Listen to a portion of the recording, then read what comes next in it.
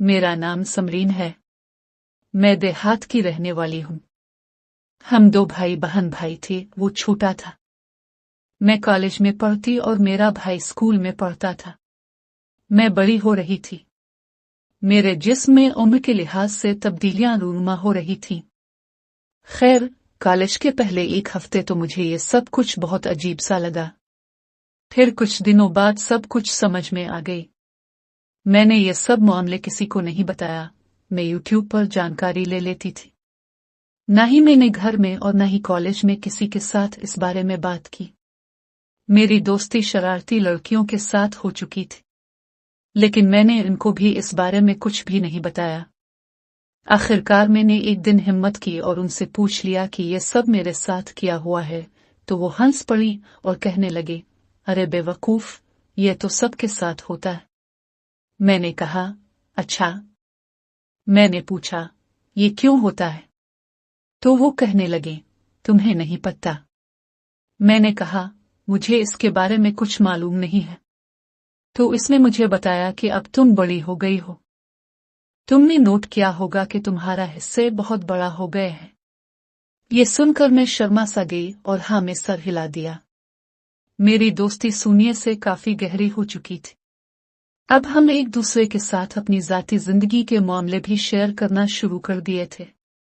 एक दिन कॉलेज में मेरी एक दोस्त नौशीन ने मुझे कहा कि तुम रोमांटिक फिल्में देखती हो, तो मैंने कहा, नहीं, मुझे इसके बारे में मालूम नहीं था। तो वो कहने लगी, आज मैं तुम्हें दिखाऊंगी। मैंने भी कहा, ठीक है।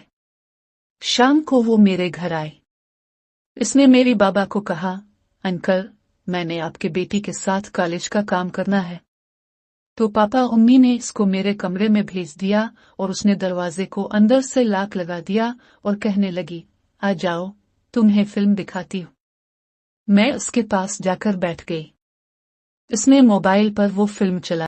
जैसे ही फिल्म शुरू हुआ तो मैं हैरान हो गई, क्योंकि फिल्म में ऐसी चीजें थीं। मैंने इसे मना किया कि ये क्या दिखा रही हो, तो वो कहने लगी, अरे देखो तो सही, बहुत मजा आने वाली है। ठीक 7 मिनट बाद वाकई मुझे मजा आना शुरू हो गया। फिर उसने मुझे बताया कि ये सब कुछ क्या होता है। अब मुझे ये फिल्में देखने की आदत सी होने लगी थी और मेरे अंदर ख्वाहिशात पैदा होना शुरू हो गई।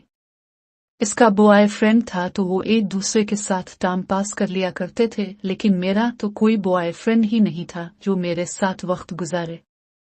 आहिस्ता आहिस्ता मैंने खुद को पुरसुकून करना शुरू कर दिया। दिल में ये ख्वाहिश थी कि कब मेरा ख्वाब हकीकत का रूप लेगी। आखिरकार कॉलेज का पहला साल ऐसे ही गुजर गया। हमें सर्दियों की छुट्टियां हो गई थी। मैं घर पर फारिग थी तो मैंने सोचा कि नानी के घर कुछ दिन गुजार आऊंगी।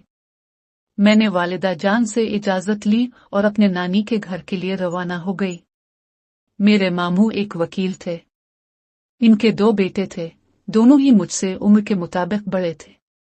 मामू के घर पहुंची तो मेरी बहुत मेहमान नवाजी की गई। मुमानी जान मेरे साथ रात गए बातें करती रही। अगले दिन मैं मुमानी के साथ बाजार शॉपिंग करने गई। हमने सारा घर का सामान खरीदा और शाम हो गई। शाम को वापस आ गए अपने घर। मैं बहुत थक चुकी थी। शाम को पेट भर खाना खाने के बाद मैं अपने कमरे में चली गई। रात के 11 बजे मुझे फिल्म देखने की ख्वाहिश हुई तो मैंने चुपके से अपना फोन निकाला और वीडियो देखना शुरू कर दी।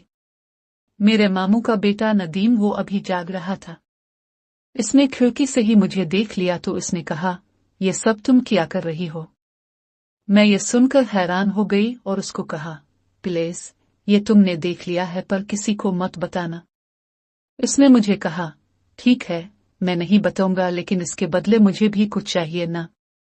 मैंने कहा, तुम्हें जो चाहिए वो ले तुम, लेकिन प्लीज किसी को बताना नहीं। नदीम अपने कमरे में चला गया और मैं परेशानी के आलम में सो गई। सुबह मैं इसी खौफ में उठी। मुझे शक था कि वो सब घर वालों को बता देगा, लेकिन इसने ऐसा कुछ भी नहीं किया और मेरी इज्जत रख ली। इसके अगले दिन मामू और मुमानी जान किसी दोस्त की यहाँ शादी पर जाना था। वो शाम को 6 बजे से घर से चले गए और कहा कि हमें वापस आने में सुबह हो सकती है।